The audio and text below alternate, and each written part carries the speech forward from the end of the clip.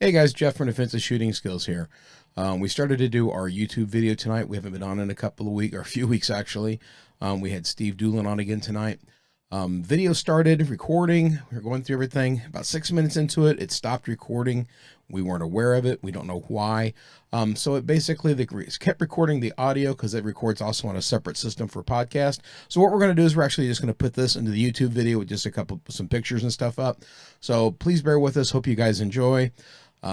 So here we go. Thanks, guys. Hey guys, how's everybody doing tonight? This is Jeff with Defensive Shooting Skills. Haven't had a podcast here in a few weeks, so we thought we better get one out. Been kind of hectic and crazy with everything going on. We have a guest with us tonight. Again, we have Steve Dulan from Steve Dulan, attorney at law out of East Lansing, Michigan. I'll tell you what, guys, if you need somebody, a defense attorney, especially with anything to do with firearms, this is the man. He's if I'm involved in the shooting, this is the guy I'm calling. So Steve's on here with us. We're going to talk tonight about Illinois non-detainable offenses that are starting in January. So I can't believe the stuff they're doing, man. What do you think? Yeah, it's a shock. I mean, I have to say up front, I'm not licensed in Illinois, and I'm not an expert on the specifics of the statute, but this is part of a nationwide trend to do less detention, and it goes right along with some of the zero bail offenses that have been adopted in several jurisdictions, and I can't see any good coming from it, even though I'm a defense attorney. I still don't understand why a judge can't make a decision on a case-by-case basis. Well, I mean, when I read this list, it's going to be absolutely amazing. People are probably going to be shocked if they haven't heard about this already. I mean, they honestly think that people are just going to sign a paper and say, I'm, without any kind of bond or bail or anything, I'm going to sign a paper and I'm going to promise you I'm going to be at court, because even on something I may be going to jail for 20 years. Yeah, to me, I just don't see it happening. I don't know what they're trying to prove. I don't know what they're trying to pull. I know they're changing their tune on a lot of things. It seems like it's the certain groups when it comes to different times of the year, especially when it comes to election years. First, it's let's defund the police. Now it's we refund the police, and we want to take this way, we want to take that. But this right here is just, to me, is just the total dumbing down of America. But the Illinois, I don't know if you know what everything's on there, but the Illinois non-detainable offenses, this goes in effect January 1st, 2023. It says, under this law, after being charged with the crimes listed, those arrested would be released without bail pending a court date. So basically, it's almost like it's like a signature bond. They sign themselves out, and I promise that I'm going to be there. But this list of offenses is actually just kind of blows my mind. I mean, it's crazy. Aggravated battery, aggravated DUI, aggravated fleeing, arson, burglary, public induced homicide, intimidation, kidnapping, robbery. Are you serious? Second degree murder and threatening a public official. I mean, you do these things and you get to sign yourself out, but I guarantee if you don't pay a parking ticket, they're going to throw your ass under the jail. It just blows my mind, some of the stuff. But well, I understand the rationale that's given. I just don't accept the rationale. I mean, the justification that's given by the folks who advocate for this change is usually disproportionate impact of certain laws on minorities, and saying that bail is unavailable disproportionately to minorities versus people of the majority ethnically, for example, or poor people specifically versus folks who have jobs. And so they start off with something that most of us would agree with, which is that the law should be blind and should be even and not based on race, color, creed, national origin, et cetera. And almost everybody would agree with that. Everybody that I would associate with would certainly agree with that. But they then kind of twist it into something that is going to end up probably not having a great effect overall. And the politicians who get involved in these reforms, and I'm making air quotes right now, you can't see, but, these reforms they don't really have to pay the price. It's the people who live in the neighborhoods who are going to have to pay the price, and it's the people in law enforcement who are going to have the extra duty. And what's going to happen typically is there's going to be some kind of increase in victimization by people who are out on bail or out on personal recognizance, or who were never arrested to begin with. Sure. Or their crime clearance rate is probably going to show it too, because, you know, as you pointed out, why would you show up for court for some of these serious offenses? Well, not only that, but I mean, I understand that some of the stuff is disproportionate and things like that, but people who truly want to commit these crimes, it's almost like they're given a free pass now. I mean, I know if I would go out and to try to rob somebody or commit second-degree murder, you know, and they let me sign out and I'm going to be charged with that. Hello, Costa Rica, you know, real quickly. It's, you know. Right, why not, right? Absolutely. Is the question. Yeah. You know, I just can't see it. To me, it's just, I mean, seriously, I can't fathom this. The first time I read it, I just kind of blew my hair back. I was just kind of like, what in the world are they thinking? You know, there's all kinds of stuff that they're doing, you know, with this. And then some of the 2A stuff that they're talking about. They had the senator, the Republican senator from New York, that basically when he voted against or voted for red flag laws, that turned around and decided that, well, I'm just going to resign. You know, all his constituents jumped all over him for what he did.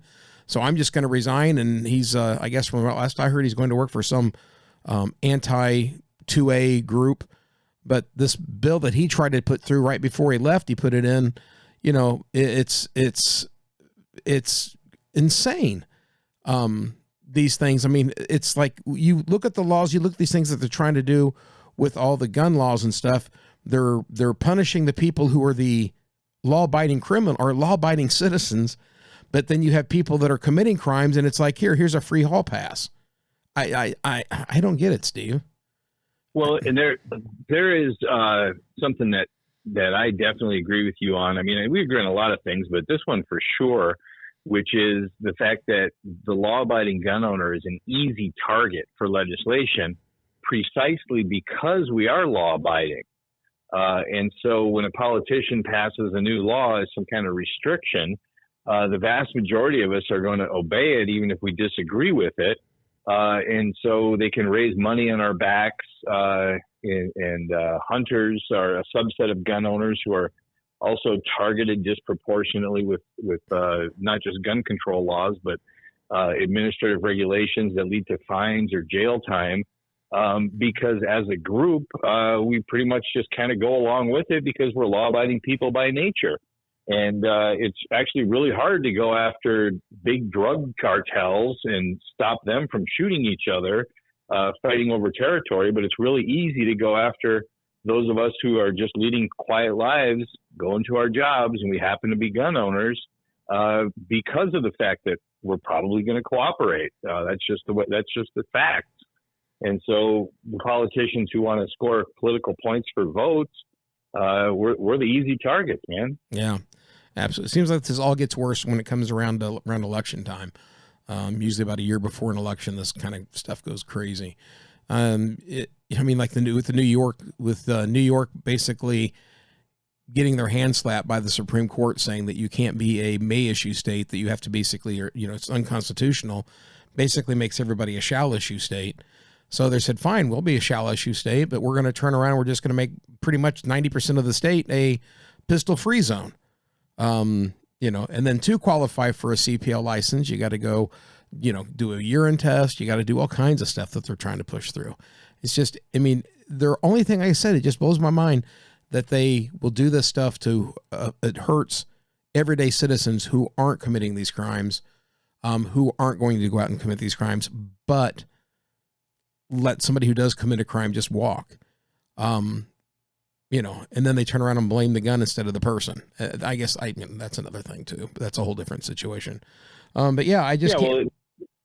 Go ahead. I was just going to say, they've got this misconception that with the stroke of a pen, they can actually make guns disappear when it comes to the gun control stuff. They can't. So the idea is, right?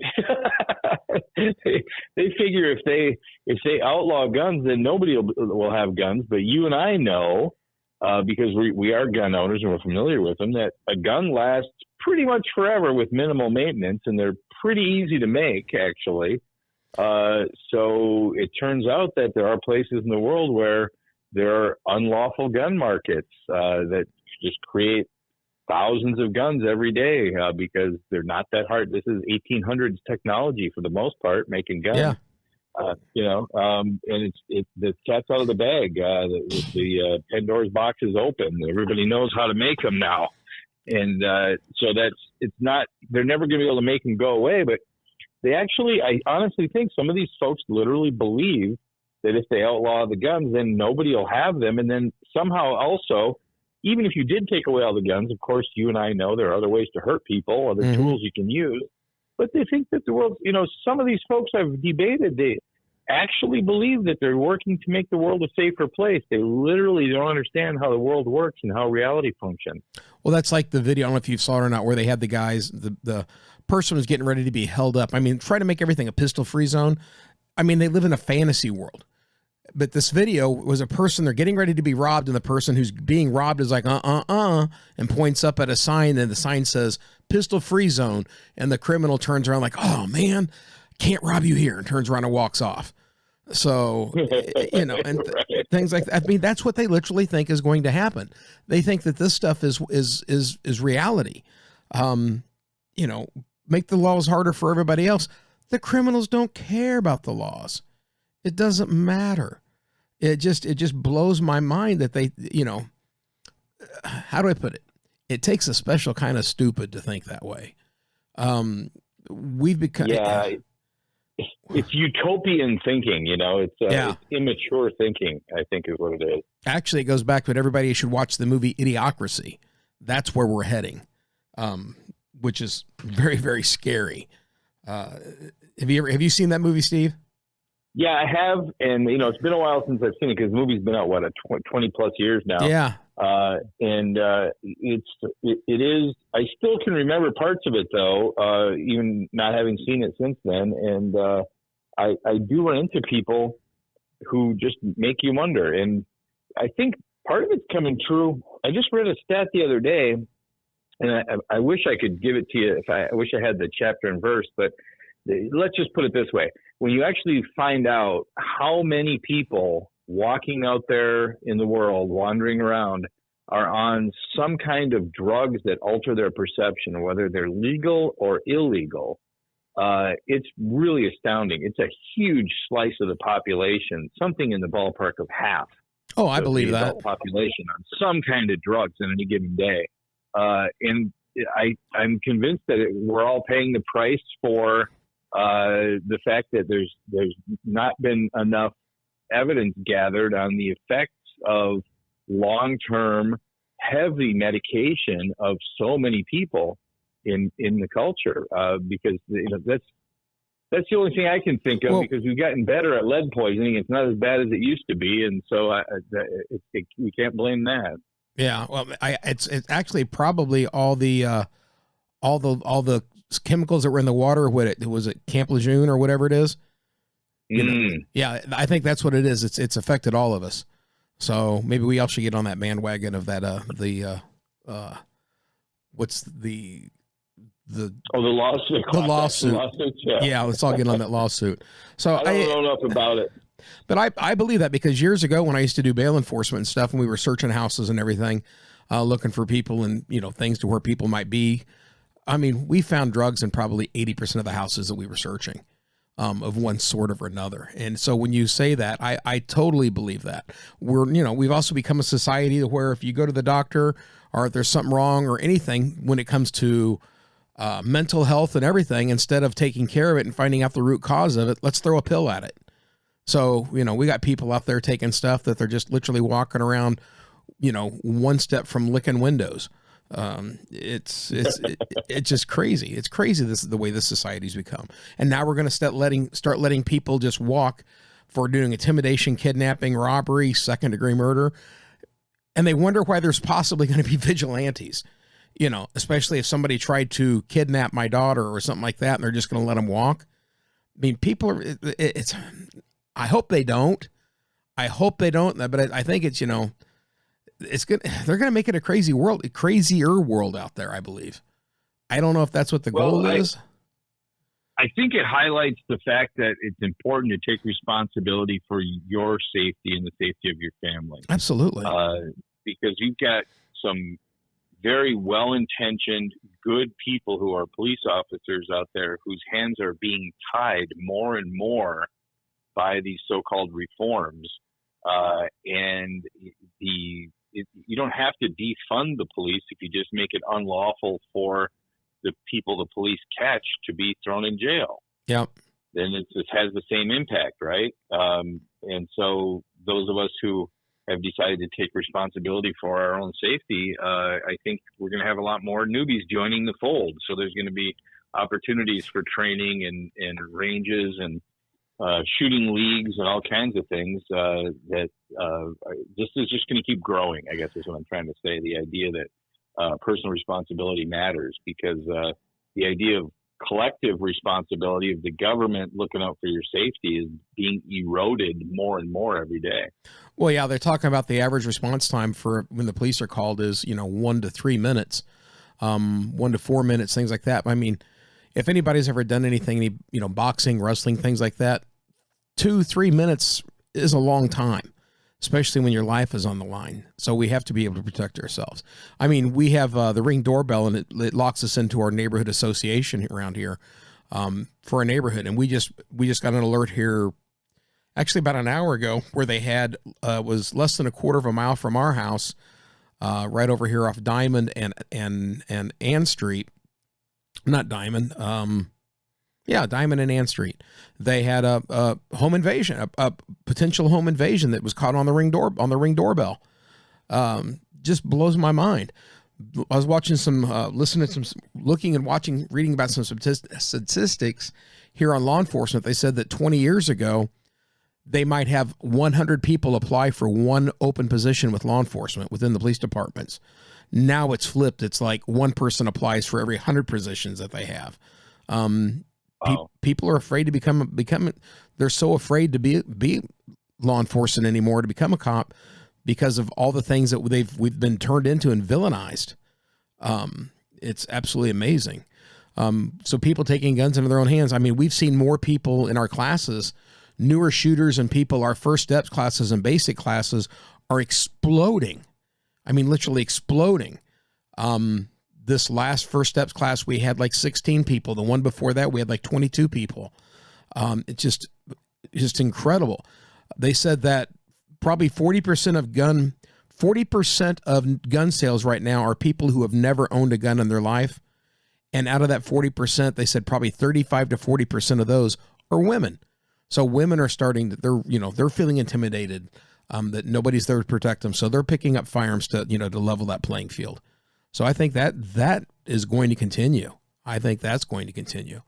And I think that's another reason they want to try to put all these new gun laws in effect and do all these things, because they're losing control, when they're, not control in a bad way, but the government's losing, the feeling that they're losing control, because if they can't control the population, they can't get what they want passed or to push their agenda per se. But that's getting me a whole nother soapbox right there. Yeah, I guess you can't solve all the problems in one podcast. But, yeah, no kidding. I wish we could.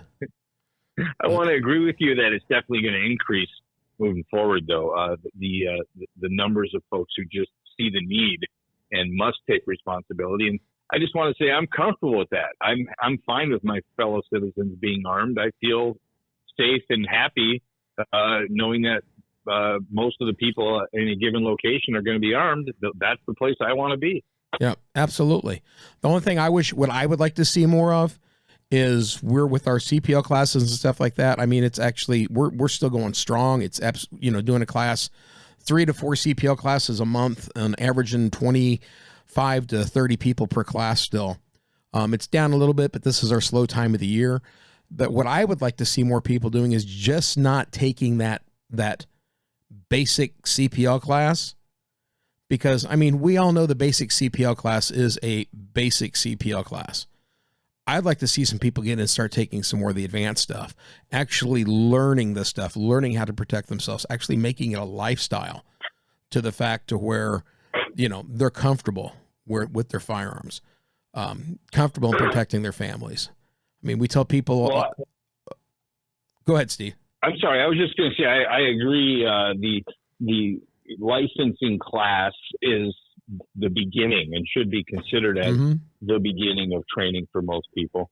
And by the way, the data backs that up. My friend John Lott actually crunched the numbers on this and found out that in the approximately half of all the states that have constitutional carry right now, where you don't need a license to conceal, you don't need a class to get a license, that actually training went up in most of those states. Absolutely. In the years following constitutional carry, because people are still smart enough to know that it helps to have a class or two more. It never hurts to go practice some more. Plus, it's fun. Well, I've heard that with a lot of instructors, even here in Michigan and stuff, saying that, oh my gosh, what are we going to do if it goes constitutional carry? It's just going to be the end of the CPL classes.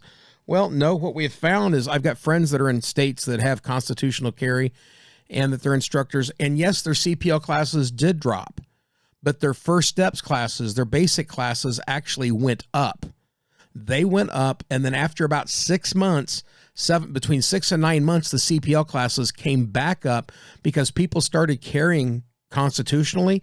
They took the first steps classes because they wanted to learn how to shoot firearms. They wanted to learn how the safety and to handle firearms. And then once they started carrying, they realized, well, if they want to travel outside the state with that firearm, I have to have the hard card license anyway. So they went back and took the CPL class. So it took a little bit of a dip and then it picks right back up. So I would love to see Michigan go constitutional carry. I don't want to get on the political side of it, but I hate to see it, but I don't think our current, the Republican candidate in Michigan, I don't think has a snowball's chance in hell personally. I know. I haven't looked at the polling lately. All I know for sure is my crystal ball doesn't work right. So I'll leave that. Yeah. The polls are, she's losing by double-digit numbers. So, gotcha. It's hard to beat an incumbent anyway. But she's I don't know. I hope so, but I would love to see Michigan. Our current governor's not going to make us constitutional carry, but I would love to see Michigan go constitutional carry. So, well, we would definitely need a different governor. I've known this one since she was a state senator, and actually I met her on a day when I testified on a firearms bill in the Michigan legislature. And ever since meeting her that day and discussing the issue, both prior to and during the hearing, the Senate hearing, I started using the phrase impervious to logic and facts.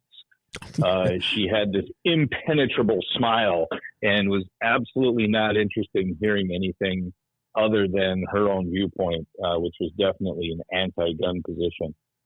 Yeah. She's been that way for a lot of years. I've heard that from several people, that she basically has the attitude, if I want your opinion, I'll give it to you. That's a great way of saying it. Yeah, that's the feeling I had while testifying before her committee. Yeah. So, yeah, the only thing I can see, what bad part I see happening is Michigan jumping, if this does pass the stuff through, which I guess it has passed already with the gun control stuff on red flag laws. I see Michigan with her jumping on that bandwagon as soon as possible. I think the only thing it's going to probably hindered is if we can keep control of the House and the state Senate. But, there's a lot of rhinos in there too. But that's, again, a whole nother soapbox. Fair enough. But yeah, I guess, what's just sit back and wait and, what's the old saying, hold my beer kind of thing, see what happens. Yep. We'll just have to play it by ear. But yeah, that's it. I just hope Michigan doesn't go down that road of what Illinois is doing here on just letting, people basically walk out on a signature bond kind of thing. So, and I know there's people out there that can't afford bond and can't do things like that. that's why you need to, what's the old saying? If you can't do the time, don't do the crime. I know there's innocent people that get arrested and have to post bond and stuff like that. But I mean, kidnapping, robbery, that, kind of crazy. I mean, if they got you dead to rights and they're going to just let you walk, it just blows my mind. It blows my mind. So, well, there is, it's worth having the debate and it's worth discussing. And I got to tell you, even as a defense attorney, and I had a success in a criminal case just yesterday. My client was definitely innocent, and I, even having gone through that type of experience for many years, I still see the need for police and prosecutors. It's just that there has to be some reward system for police, prosecutors, and judges to be rational and reasonable and be fair in their application of the law. I agree with all of that, but that doesn't mean let's just not have any laws controlling criminal behavior either. And that's the way the pendulum seems to be swinging. Yeah, I agree. I think we need to have prosecutors and we need to have judges and stuff that don't try to toe a party line on what a certain party wants. Again, they're supposed to be blind. They're supposed to be, what's the word I'm looking for? Unbiased per se. But I wish that could happen. When you start looking at all these court things and stuff like that, it's with these laws and stuff like that, with the gun laws and stuff, where they're being passed back down to the appellate courts and to the, and down the line trying to get things back up again because the Supreme Court says, well, we've ruled on this. Now this needs to go back because our ruling, there's no reason for us to rule on it because we've already basically ruled on it in a roundabout way. I don't know if you know what I'm talking about there, but I'm just thinking out loud, I guess. But yeah, it's crazy. I mean, like I said, but I don't understand burglary, intimidation, arson, robbery, kidnapping, second-degree murder. We're going to let you walk. Here, just sign this and walk. But I guarantee you, like if Michigan had something like this and the way the law is right now, you get caught with your gun concealed 1 minute after your birthday and it expires, we're going to throw you under the jail. So yeah, I just hate to say that, but it's the way I feel. Let me phrase it this way. Elections matter, and a lot of this stuff is within the discretion of the elected officials, the county prosecutors specifically, county sheriffs, who are the primary law enforcement official, especially in some of the more rural counties, and they have a certain amount of discretion regarding how laws are applied, especially the prosecutor. And so get to know who your candidates are before the fall election and vote accordingly is the best way I can say it for everybody. Without taking any positions on specific races, I think it's absolutely fair for me to say that these elections do matter. Absolutely. And so whether, you keep using this phrase, throw under the jail, which is, I know you're exaggerating, but it's, the idea that there's going to be this draconian, severe enforcement. My experience is that varies from county to county.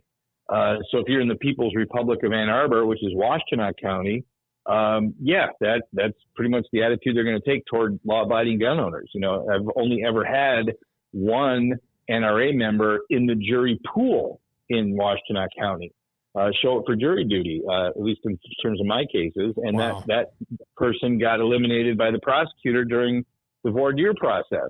Whereas in some of the other counties up north, it's a different story. You're going to get a lot more rational, reasonable approach toward the fact that somebody is a gun owner or that there was a gun involved. They're going to look deeper than just simply saying, if you're a gun owner, you must be wrong, which is definitely the approach that's taken in some counties. So, all I'm saying is wherever you are, find out who your candidates are and don't like them, vote them out. Digging. Yeah. Yep. That's why I say ask what they stand on, what their actual beliefs are, what they want to do, what they want to accomplish, and what they, what laws that they feel are constitutional, such as the 2A and things like that. Also, I tell people, get involved in my classes. I say join the MCRGO, Michigan Coalition of Responsible Gun Owners. That's your state's. That's the largest state private state advocacy group for firearms in the country. I mean, these guys are out there fighting for your firearms rights in the state all the time. So join groups like that. Become a member of the NRA, USCCA, these things. That's what these people are for. They're out there fighting for us when it comes to things like that with their gun rights. So, absolutely. And I'm also, I'm on the board of a couple of groups, and I always say there's nothing wrong with joining more than one group, right? No, so not at all. I'm not even going to talk about advocating for one group versus another group. We all have a role and sometimes slightly different functions within the 2A movement. So by all means, get out there and shoot. Take your anti-gun relative out to the range sometime and make sure they have a good time too. That's another one I love to say. Yeah, I mean, that's one thing. A lot of these people have never experienced, so they're making a judgment on what they've been told rather than an actual experience.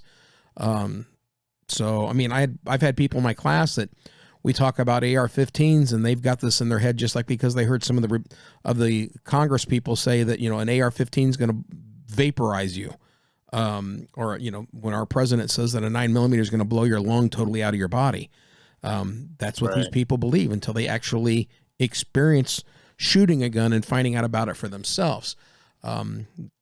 Take somebody out to the range who's never shot before, might have a different opinion. We've got a good friend of ours that's an attorney here in Grand Rapids, and she's very anti-gun, and I keep bugging her. And finally one of these days, hopefully I'm going to get her to go out to the range. I'm like, you have this thing set on guns. I asked her if you have shot a firearm before. She's like, never. I've never even held one. Well, let me take you out and show you.